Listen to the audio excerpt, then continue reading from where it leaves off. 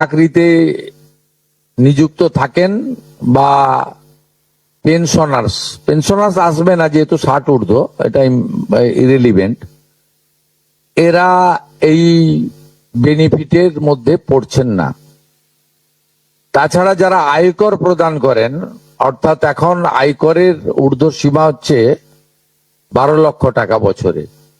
12 লক্ষ টাকা পেরিয়ে গেলে আয়কর দিতে হয়।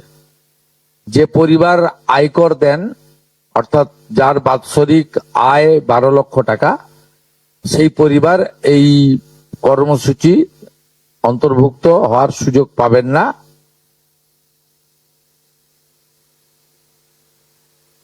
এবং যে মহিলা নিজে 10,000 টাকার বেশি নিজে উপার্জন করেন মাসে, তাকেও এর বিবেচনার মধ্যে প্রাথমিকভাবে আনা হয়নি। কিন্তু এক্ষেত্রে যারা ক্যাজুয়াল কন্ট্রাকচুয়াল, মানে বাড়ির পুরুষ মানুষরা, তাদের বাড়ির পরিবারের স্ত্রী বা অন্যরা বিবেচিত হবেন। যদি কোনো মহিলা, এটা একটি নারী অর্থনৈতিক সশক্তিকরণের স্কিম, সেক্ষেত্রে যিনি সরাসরি নিজে 10,000 টাকার বেশি উপার্জন করেন, তাকে বিবেচনা করা হবে না। 25 থেকে 60-এর মধ্যে যারা 3,000 টাকার কম ভাতা পান, ধরুন উইডো পেনশন 1,500 টাকা এই মাস থেকে হয়েছে, গত মাস পর্যন্ত ছিল 1,000 টাকা, তাদেরকে হায়ারটা দেওয়া হচ্ছে, 3,000 টাকাটাই দেওয়া হচ্ছে অন্নপূর্ণা যোজনাতে। এই ধরনের যত স্কিম 25 থেকে 60 মহিলাদের রয়েছে, যারা 3,000 টাকার কম পান বিভিন্ন ভাতা, তাদেরকে 3,000 টাকার অন্নপূর্ণা যোজনার ভাতাটাই দেওয়া হচ্ছে। এক্ষেত্রে দুটি ক্ষেত্রে আমরা শিথিল করছি। একটা হচ্ছে দিব্যাঙ্গ ভাতা যারা পান, তারা দুটো ভাতাই পাবেন।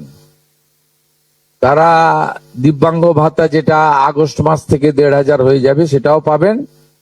অন্নপূর্ণা যোজনা 3,000ও পাবেন, শুধুমাত্র ফিজিক্যালি চ্যালেঞ্জদের ক্ষেত্রে। আর পিএম কিষাণ সম্মান নিধির ক্ষেত্রে, এই দুটি ক্ষেত্রে আমরা এটাকে শিথিল রাখছি। এছাড়াও এর আগে যেটা অনেক মহিলার নাম বাদ চলে গেছিল, 3 কক্ষ বিশিষ্ট বাড়ি, এটা গ্রামের ক্ষেত্রে এক্সাম্পট করে দেওয়া হয়েছে। গ্রামের ক্ষেত্রে কোনো বাড়ির সংখ্যা রাখা হয়নি, শিথিল করে দেওয়া হয়েছে। অর্থাৎ গ্রামীণ এলাকার মহিলারা এবারে আরো বেশি সংখ্যায় সুযোগ পাবেন। তাদের ক্ষেত্রে, গ্রামীণ ক্ষেত্রে 3 কক্ষ বিশিষ্ট বাড়ি, যেটা জুলাই মাসে ওই ক্রাইটেরিয়াটা থাকার কারণে অনেকে বঞ্চিত হয়েছেন, এবারে আর বঞ্চিত তারা হচ্ছেন না।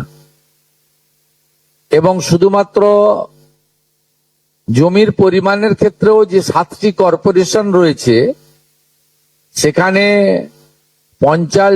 শুধুমাত্র 50 ডেসিমেলের বেশি জমির মালিকানা যারা কর্পোরেশন এলাকা, কলকাতা, হাওড়া কর্পোরেশন এলাকা 7টি, পৌর এলাকা এবং গ্রামীণ এলাকাতে ছাড় দেওয়া হয়েছে জমির পরিমাণের ক্ষেত্রে। এর ফলেও আরো অধিক সংখ্যক মহিলা, গ্রামীণ মহিলারা বিশেষ করে, এবারে আপনার অর্থ পাওয়ার ক্ষেত্রে সুযোগ পাবেন। আমরা সরকারি অর্থ, নারী সশক্তিকরণ, নারীর অর্থনৈতিক ক্ষমতা বৃদ্ধি, এই লক্ষ্য রেখে প্রকৃত প্রাপকদেরকে আমরা দেব। এবং প্রাথমিকভাবে সংখ্যাটা 17 তারিখে মাননীয় মন্ত্রী মালতী রায় মহোদয় আপনাদের জানিয়ে দেবেন। 17 তারিখ বিকেলে। আমি সংখ্যাটা বলছি না, কিন্তু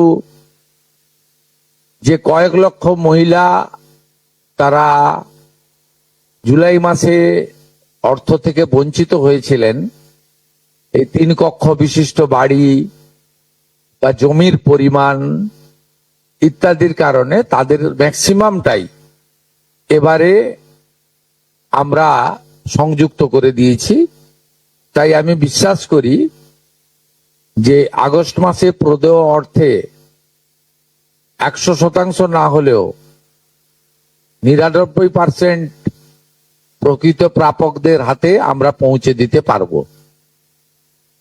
এবং এর সাথে সাথে অভিযোগ পোর্টালও চালু করে দেবেন।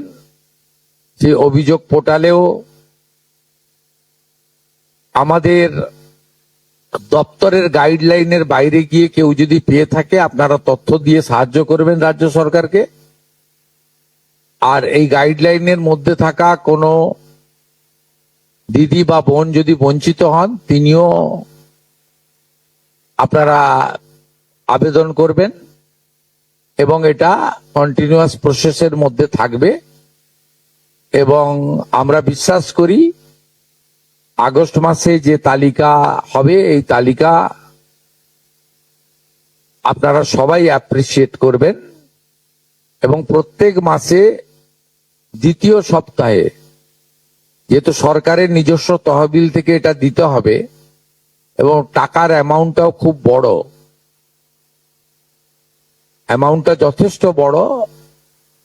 আমরা নিজেরাই 17 তারিখে ট্রান্সফার হওয়া টাকার সঙ্গে 3000-কে গুণ করলে নিজেরাই দেখতে পাবেন যে কত বিরাট পরিমাণ অর্থ সম্পূর্ণ পশ্চিমবঙ্গ সরকারের অর্থ থেকে দেওয়া হচ্ছে। আমরা অর্থ দপ্তরের সঙ্গে কথা বলেছি, তারা বিগত দিনেও যে সরকারের 500 প্রথম, পরে 1000, 2 মাসের জন্য 1500 যে স্কিম ছিল, তাতেও মাসের দ্বিতীয় সপ্তাহে দিতেন মোটামুটি 10 থেকে 15 তারিখের মধ্যে।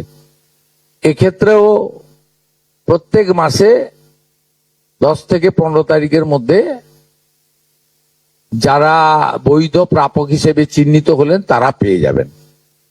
এইটা ক্লিয়ার করলাম এবং আপনাদের সরকার আপনাদের পাশে আছে।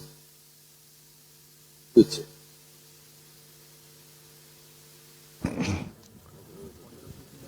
বলুন।